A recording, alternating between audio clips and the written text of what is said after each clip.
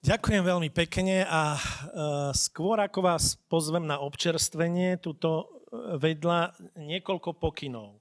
O 6:30, no dajme si keďže je 06, dajme si 18:35, hej? O 6:30 odtiaľ to vyráža mierový pochod na mierovú lúku na Slavíne. Samozrejme pre tých mladších, lebo tak viete, je to trošku strmo do kopca, ale kto si trúfa, každý je vítaný. A tí, ktorí chcú, ako hovorím, nech sa páči, ako vedľa je prichystané občerstvenie, ale zároveň ešte teraz premietneme taký krátky dokument o tých mierových lúkach, respektíve o stĺpoch mieru, ktorý už máme požehnanie aj na Slovensku a ktoré organizuje jedno občianske združenie, ktoré nám premietne tento film. Koho to zaujíma, tak môže tu ešte ostať. A už len na záver mi dovolte poďakovať našim cteným panelistom, pánovi prezidentovi Gašparovičovi, pánovi ministrovi Kavanovi, bývalej poslankyni pani Rotmajerovej a docentovi Fábrimu z právnickej fakulty UK. A samozrejme aj fyzicky neprítomnému Ivanovi Hofmanovi. Ďakujem vám všetkým za účasť. A ak by som mohol, sekundičku, ja si teda ukradnem už slovo, ak som ten mikrofón už nosil.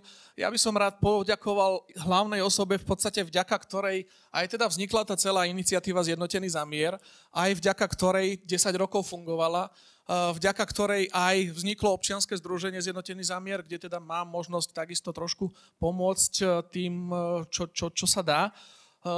A osobe, ktorá teda ďakovala všetkým ostatným, ale bez ktorej by sme tu vlastne ani dnes neboli a nebola by ani táto konferencia, a mierové hnutie na Slovensku by bolo o mnoho menej počuť, takže veľká vďaka aj pánovi Chmelárovi. A ak dovolíte, Už tu boli spomenuté a budú prezentované teda tie stĺpy mieru, ktoré sú teda trošku väčšie, ale ja ak dovolíte, by som odovzdal jeden taký symbolický, aspoň pre minimálne ďalších 10 alebo ďalších 10 ročí práce aktívnej na mier. Miniverziu tohto stĺpu mieru, ktorý doniesli slovenskí esperantisti, okrem teda mierových aktivít som aktívny aj v tomto hnutí. Bolo to v roku 2017 priamo z Nepálu od nepálskych esperantistov, kedy tam bola slovenská v podstate taká delegácia esperantská. Takže aj teda v esperantskom preklade, aby sa mier rozšíril po svete alebo na zemi. Takže veľká vďaka za tých 10 rokov a veľa elánu aj do budúcnosti. No ale teraz musím povedať niečo ja. Vyzerá to ako šibenica ináč. ale keď som tu bol už prechválený, ja musím poďakovať ešte jednej osobe. Možno ja som tá najviditeľnejšia osoba, ktorá priťahuje nejaký záujem, ale toto združenie, táto organizácia by nefungovala bez jednej osoby, ktorá je v pozadí, bez jej mravenčej práce, a to je predsednička správnej rady pani Iveta Kompišová. Takže jej poprosím. Potlesk. A teraz nech sa páči, či teraz budeme film pozerať, alebo idete jesť tam vedľa. Vidím zem a vrdle ťažké prívaly, oči plačú, vždy keď ich pohľad raní. Veď tu predtým dobrí ľudia bývali, hrobov už niet, pre obete zlých zbraní, obete vlastných zbraní. Ten, kto chce 1000-krát viac, než právom náleží, berie deťom zeme, tým čistým ako dúha. 1000 chce životov, no šťastí chvíľku neprežil. Do svetskej márnej slávy nenásytný sluha, to preúbohý sluha. Čo na bedrách má zem, stále skúša nás. Hľadá svetlý lúč, daj k nemu kľúč. Čo na bedrách má zem, stále skúša nás. Ubúda jej síl, jak z nej stopy dobra zmil.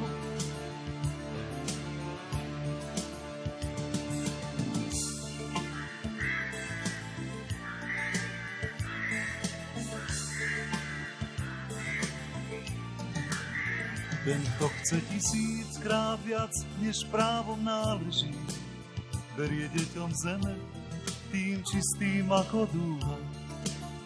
1000 chce životov, no šťastí chvíľku neprežil.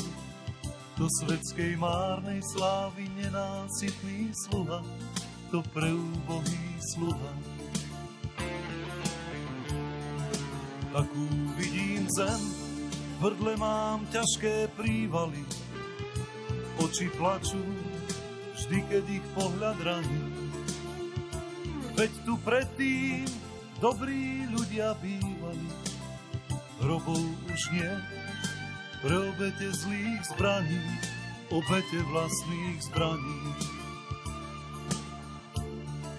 Čo na bedrách má zem, stále skúša nás. Hľadá svetlý lúč, daj jej k nemu kľúč. Čo na bedrách má zem, stále skúša nás. Ubúda jej síl, lejak z nej stopy dobra zmil. Čo na bedrách má zem, stále skúša nás. Hľadá svetlý lúč, daj jej k nemu kľúč. Na tomto mieste sa začal realizovať v roku 1996 medzinárodný mierový projekt pod názvom Stavanie stĺpov mieru. Iniciátorom tohto projektu je Organizácia spojených národov, oddelenie pre styk s verejnosťou, v spolupráci s mimovládnou japonskou organizáciou Výzva za svetový mier. Cieľom tohto projektu je naučiť ľudí kultúre mieru. Byť viacej empatický, tolerantný, súcitný. Do projektu sa zapojilo veľmi veľa ľudí zo súkromného sektoru, zo štátnej správy, politickí predstavitelia cirkví, veľmi veľa základných, materských, ba aj stredných škôl. Od Bratislavy až po Čiernu nad Tisou od roku 1996 až do roku 2002 sa postavilo 100 stĺpov mieru. K dvom najväčším monumentom patria Mierová lúka na Slavíne v Bratislave, kde bolo postavených 8 stĺpov mieru na pamiatku Alexandra Dubčeka, nášho veľkého demokrata. Okrem toho v mestách ako je Pezinok, Senec, Žilina, Bardejov, Lučenec, Veľký Krtíš, Kežmarok, Stará Ľubovňa, Moldava, Čečejovce, až po Čiernu nad Tisou v Bieli bolo postavených spolu 100 stĺpov mieru. Najväčší monument je Mierová hora, ktorá bola realizovaná roku 1997 postavením 49 stĺpov mieru na Kojšovskej holi vo výške 1246 metrov, ktoré symbolizuje Slovensko ležiace na 49. rovnobežke. V tomto projekte Slováci vyjadrili svoj postoj, že sú ľudia, ktorí majú záujem riešiť veci mierovou cestou, že sa pripájajú k ostatným národom a národnostiam bez rozdielu rasy, náboženstva a politickej príslušnosti a že tento projekt má zmysel nielen pre nás, ale aj pre celý svet a pre zachovanie svetového mieru. Oficiálnym dôvodom útoku na Irak Spojenými štátmi bola hrozba jadrového útoku zo strany Iraku a vývoj chemických a bakteriologických zbraní. V skutočnosti však všetci vieme, že sa jedná o ropu a o strategickú polohu v regióne a vlastne o dosiahnutie svetovej hegemónie zo strany Spojených štátov. Avšak útok a okupácia Iraku nutne vedie len k ďalšiemu narastu šírenia zbraní hromadného ničenia a ďalšiemu narastu hrozby terorizmu vo svete, pretože nie je možné inak odstrašiť najmocnejší štát tohto sveta. Slušné ľudské bytosti neuplatňujú hrozby alebo násilie na riešenie problémov a k tomu nevedú dôvody so zničujúcou presvedčivosťou. A je isté, že v súčasnej dobe nám nikto nič podobné neposkytol. Dnes vojna môže byť vedená len proti oveľa slabšiemu protivníkovi, tak ako sme tu videli v priebehu studenej vojny, opačne môže viesť len k jadrovej katastrofe. Demokracia nemôže byť nasadená nejakým bábkovým režimom. Môže byť nasadená len z dola, nie z hora. Môže byť nasadená postupným vývojom, rešpektovaním samostatného vývoja, vzdelávaním a komunikáciou.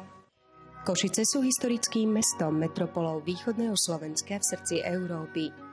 Sú známe ako mesto Medzinárodného maratónu mieru a od roku 1996 aj ako súčasť multikultúrneho mierového projektu Stavanie stĺpov mieru.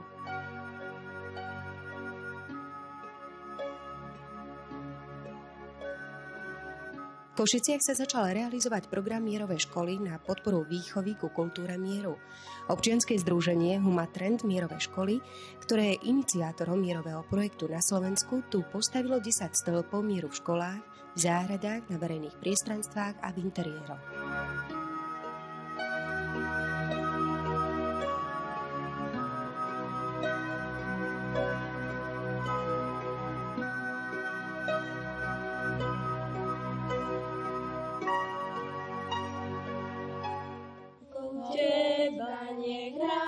Sa šíri, nech ťa mier vždy sprevádza a slnko láskou prežiari srdce tvoje, dnes, zajtra, navždycky. Milan Rúfus, modlitba za mier. Napomeň našich otcov, Bože nad hviezdami. Nech myslia na to, čo sa stane s nami, keď začnú vojnu a všetky svoje hnevy vylejú na seba. Tie hnevy ako plevy pokazia zem, i nebo bude choré. Napomeň našich otcov, ty, tam hore, že sa to nesmie, že ako ty si svätý, aj zem je svätá, veď chodia po nej deti. Nech na zemi nie sú vojny, nech všetky deti majú rodičov, nech zem vždy kvitne krásou ako kvet, ktorý nezvedne. Nech si ľudia odpúšťajú, nech ľudia neužívajú zdraviu škodlivé látky, nech si ľudia navzájom pomáhajú. Nech sa všetci máme radi, nech každé dieťa na svete má svoju mamku, nech zem kvitne ako kvet. Nech planéta Zem prekvitá, nech sú šťastné všetky deti, nech je láska v rodinách. Nech mier a láska prekvitá medzi nami. Nech je všade na svete pokoj a mier. Nech vládne pokoj na zemi, nech mier je v našich srdciach, nech úsmev nikdy nevyhasne z našich tvári.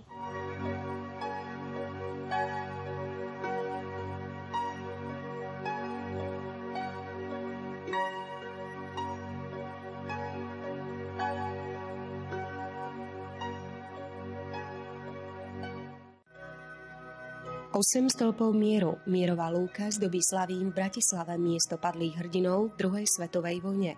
Projekt realizovalo občianske združenie Zdravá spoločnosť pod vedením docentky Viery Uherčíkovej v roku 1997 na počesť nášho veľkého demokrata Alexandra Dubčeka.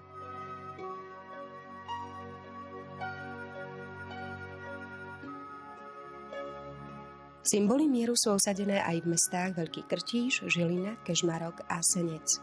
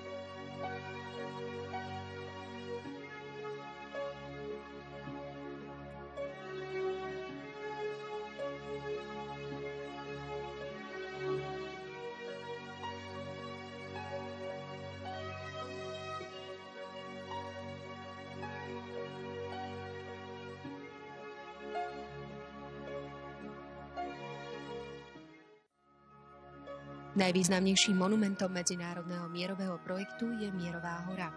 Nachádza sa 25 km od Košíc na Košovskej holi vo výške 1246 metrov. Je tu 49 stĺpov mieru ako symbol Slovenska ležiaceho na 49. rovnobežke. V stĺpoch sú uložené mierové posolstvá detí aj dospelých, ktorí túžia po mierovom spolunažívaní. Košovská hora je prírodným miestom prístupným pre každého človeka. Dvakrát ročne sa tu stretávajú ľudia z celého Slovenska i z blízkych krajín Európy, aby podporili a šírili ďalej myšlienku mieru a priateľského spolunažívania. Nech pokoj vždy vládne na zemi.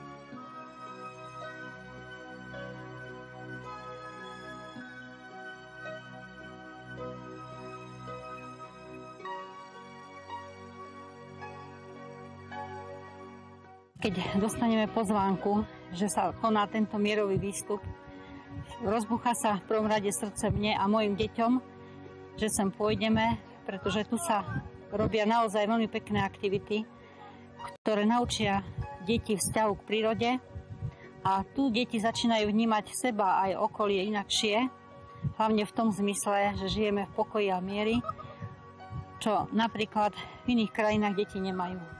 Je tu prekrásne okolie a odporúčam každému. Nielen tým, ktorí práve v dnešný deň tu prídu, ale aj v iné dni. Pretože okolie Zlatej Idky je veľmi pekné a možno, že mnohí si nevieme toto ani chrániť, ani vážiť. A naozaj tu si človek nájde tú peknú chvíľu aj pre seba. Na svetový mier sa pozerám ako dieťa vojny, pretože som sa narodila počas druhej svetovej vojny. Viem si to uvedomiť teraz, že čo je vlastne hrôza vojny, ktorá proste ničí životy ľudí, ktorá nedáva podmienky žitia. Moje deti to neprežili a ťažko sa vedia s tým aj stotožniť, že niečo také ja ako malé dieťa som už musela prežiť. Ja som deti porodila v mieri. Konkrétne je tu moja dcerka, ktorá tie neresti a hrôzy vojny neprežila. Slovensko je veľmi nádherná krajina. Každý kút Slovenska je veľmi pekný a modlím sa za to, aby to ostalo tak, ako to je teraz, aby to boli naše hory slovenské zachované a aby to ostalo v pôvodnom stave, pretože viem, že ekológia úzko súvisí aj s podmienkami života na Zemi. Človek by si mal vážiť to, že môže byť na takej nádhernej planete. Každý deň sa modlím a prosím, aby to všetko ostalo v pôvodnom stave pre ďalšie generácie. For me, that peace is just a feeling you have inside that God gives you when you know that He is in control of the world and of your life.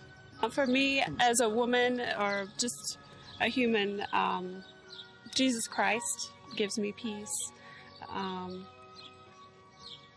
And of course, I like the nations of the world to be more peaceful.